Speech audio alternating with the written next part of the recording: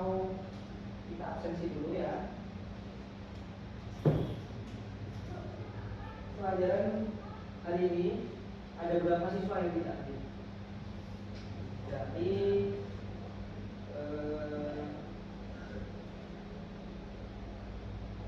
Dari 18 siswa siapa saja yang tidak hadir? Noval, Anita, Dina, Ilham. Mereka semua itu ada alasan tidak masuk apa tidak ada? Tidak ada. Berarti keterangannya A ya, tidak ada izin maupun keterangan. Oke. Baik, dalam kesempatan kali ini kita akan mempelajari mengidentifikasi tema dan suasana dalam puisi. Tujuan untuk pembelajaran hari ini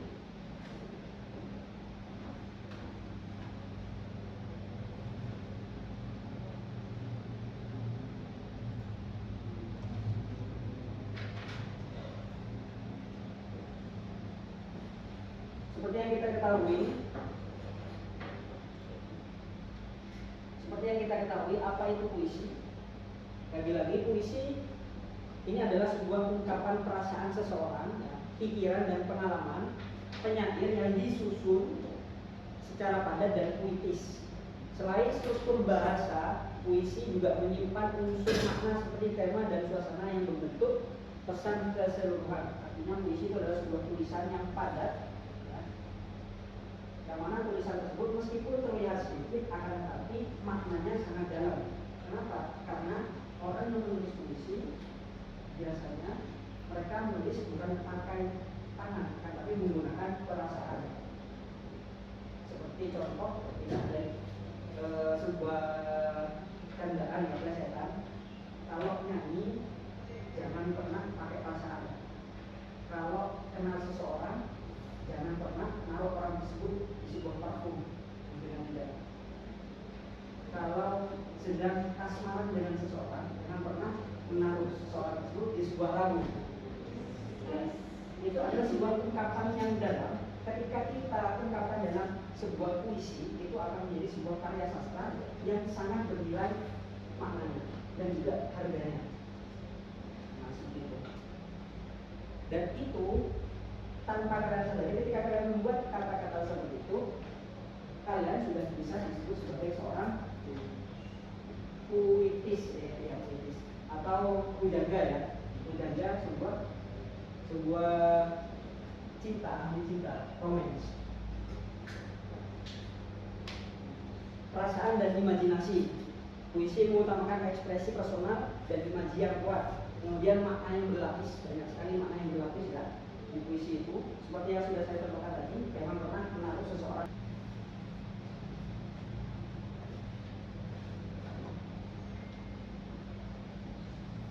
Tema itu juga termasuk dalam puisi ya. Tema itu adalah gagasan pokok atau pesan utama yang diutarakan penyair. Cara mengidentifikasi itu apa? Menemukan. Identifikasi adalah menemukan tema. Caranya yang pertama, setelah kita mengetahui majas dan juga diksi, tadi ya macam-macam majas, macam-macam diksi, penggunaan diksi juga. Yang pertama, baca puisi berulang kali untuk menangkap makna keseluruhan. Kedua, catat atau kata kunci atau ide yang muncul. Yang tiga, tafsirkan hubungan antar baris apa yang ditekankan penyair. Yang keempat, periksa judul sebagai penunjuk awal dan konteks historis bila perlu. Oke, hari ini saya akan membuat kelompok, di kelompok 1 dan kelompok 2. Kita akan belajar kelompok ya. LKS-nya boleh dikeluarkan yang kelas 10.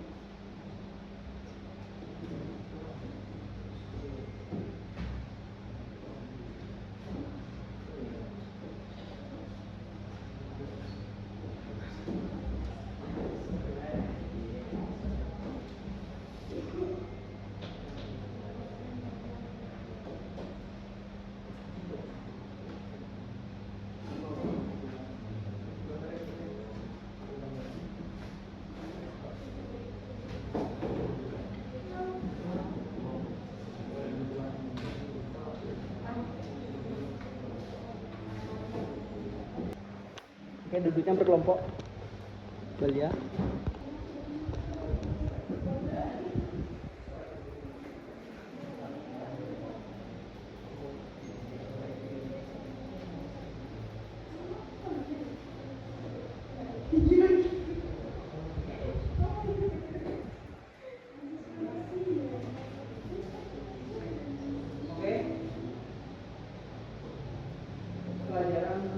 Kita akan melakukan pembagian atau pembagian kelompok. Ini kelompok 2, ini kelompok 1. Tugas kalian adalah mencari tema dan suasana dalam puisi Khairil Anwar. Bisa dibuka.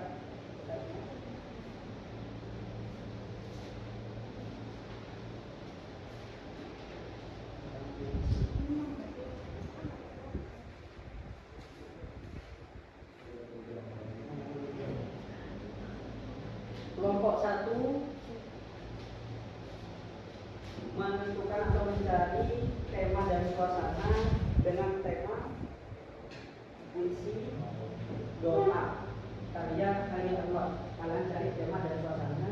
Lalu yang kedua, untuk grup kedua, kalian cari unsur dan tema dari puisi yang berjudul Nisan. Ada di karya Bapak Khairil Anwar juga.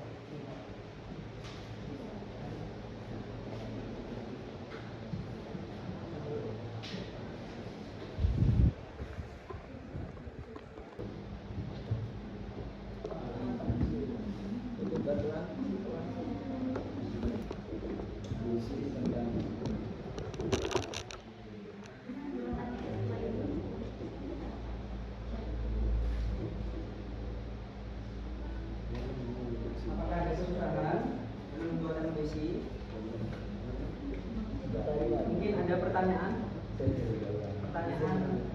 dari puisi yang belum dipahami. Ingat ya, cara mengidentifikasi sebuah puisi itu dengan cara membaca berulang-ulang. Ketika kita hanya membaca satu kali, itu jika kalian bisa paham itu bagus kan, tapi alangkah baiknya dibaca berulang-ulang. Misal satu bait atau satu garis itu dibaca sebanyak 5 kali atau 3 kali, baru kalian ungkapkan apa sih makna dari satu baris itu. Kalian cari tema dan suasananya, perasaan emosi yang dirasakan oleh sang penulis bisa kalian tuangkan dalam tugas kelompok kita hari ini.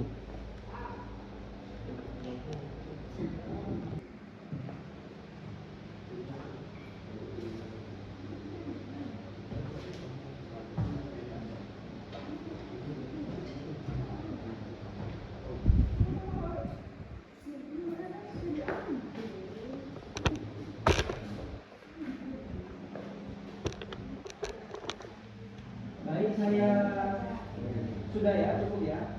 Saya minta dari kelompok 2 terlebih dahulu memberikan jawaban dari makna ya, hasil identifikasi kalian ya, mencari tema dan suasana dalam puisi Khairil Anwar.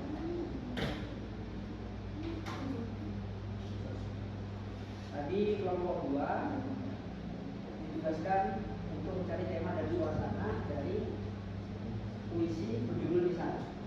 Ya, boleh dibaca tadi.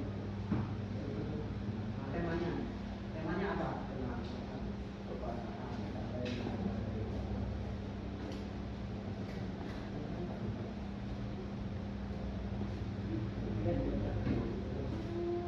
Tema dari puisi yang berjudul Nisan adalah kenangan, ketanaan, dan pandai mengindahkan kehidupan.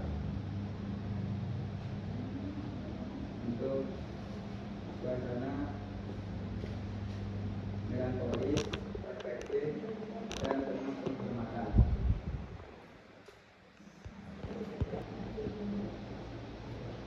Oke, tadi tema yang disampaikan dalam teks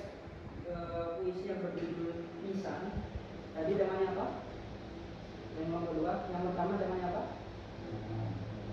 Berdasarkan analisis yang kalian lakukan dalam puisi tersebut apa? Yang pertama, sebuah kenangan ya, kefanaan, tanda yang ditinggalkan kehidupan. Artinya dalam puisi tersebut dari judulnya saja kita sudah mengetahui nisan. Nisan itu apa? Nisan itu adalah batu yang digunakan sebagai penanda bahwa di sana itu terdapat apa? Terdapat orang yang sudah meninggal atau mayat.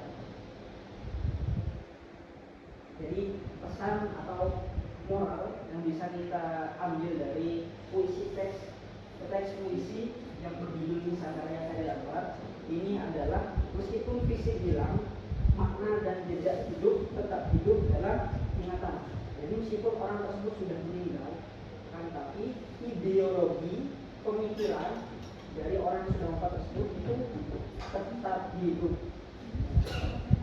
Gagasan utama atau pikiran dari orang itu masih hidup. Contohnya seperti kita tahu pahlawan yang namanya Tan Malaka.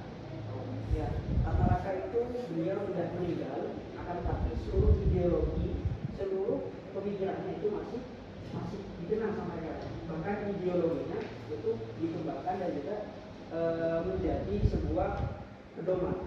Jadi anak-anak muda zaman sekarang, karena zaman sekarang itu sudah mulai banyak anak muda yang melek atau mulai nalar mereka sudah mulai kritis terhadap sebuah sejarah. Oke, sekarang kelompok satu bisa dijelaskan tema dan suasana dari teks puisi yang saya tugaskan tadi kelompok satu. Tadi judulnya apa? Tentang doa. Oke, baik, biasa.